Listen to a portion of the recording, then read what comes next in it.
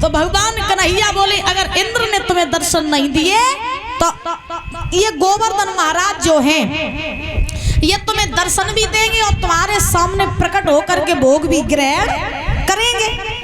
तो वृंदावन वाले बोले ऐसो कैसो कन्हैया हो सकत।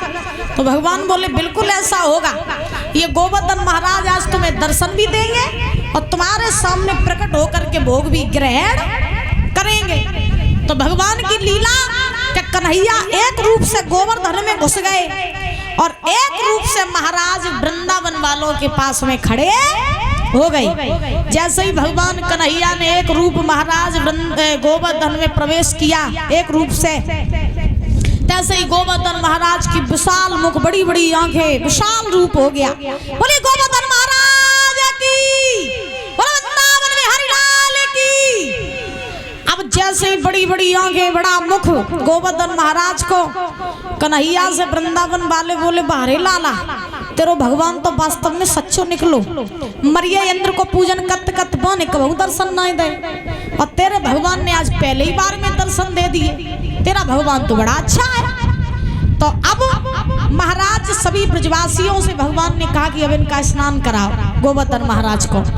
तो ये ब्रजवासी जो है दादा आज मटकियों में यमुना जल भर भर के लाने लगे और गोवर्धन महाराज को स्नान कराने लगे। अब गोवर्धन महाराज मालूम कितने लंबे कितने चौड़े, 21 किलोमीटर लंबे और 21 किलोमीटर चौड़े। अब कहूँ छोटे हल्के पूरे तो है ना, 250 ग्राम के बैठा दो महाराज, एक लोटा जल दे हनवाए दो। 21 किलोमीटर चौड़े, 21 किलोमीटर लंबे। अब सब ब्रजवासी यमुना में जल भर भर के लाए रहे, स्नान कराए रहे, लेकिन गोवर्धन महाराज की नखगीली तक नहीं भाई। वृंदावन वाले बोले लला तेरो भगवान ने थोड़ो हाई फाई ज्यादा है।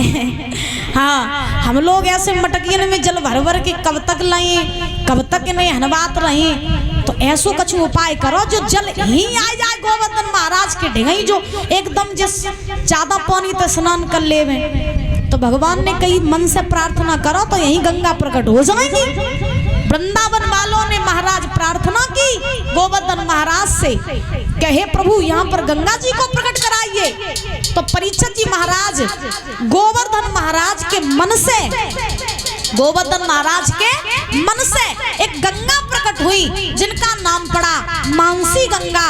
बोलिए मानसी गंगा मैया की, जो गोवर्धन महाराज के आज भी किनारे किनारे से होकर के गुजरती है। जो गोवर्धन गए होंगे उन लोगों ने मानसी गंगा में स्नान किया होगा। किया परीक्षित जी महाराज गोवर्धन गए, मानसी गंगा में स्नान करो। वे मानसी गंगा गोवर्धन महाराज के मन से प्रकट हुई है। उन्हीं मानसी गंगा के द्वारा गोवर्धन महाराज का स्नान हुआ। सभी ब्रजवासी आज पूजन करने लगे और भोग लगाने लगे गोवर्धन महाराज का। कैसे सभी लोग बड़े हर्षोल्लास के साथ में बोलेंगे कि श्री गोवर्धन महाराज, ओ महाराज तेरे माथे मुकुट विराज, श्री गोवर्धन महाराज, महाराज तेरे माथे तो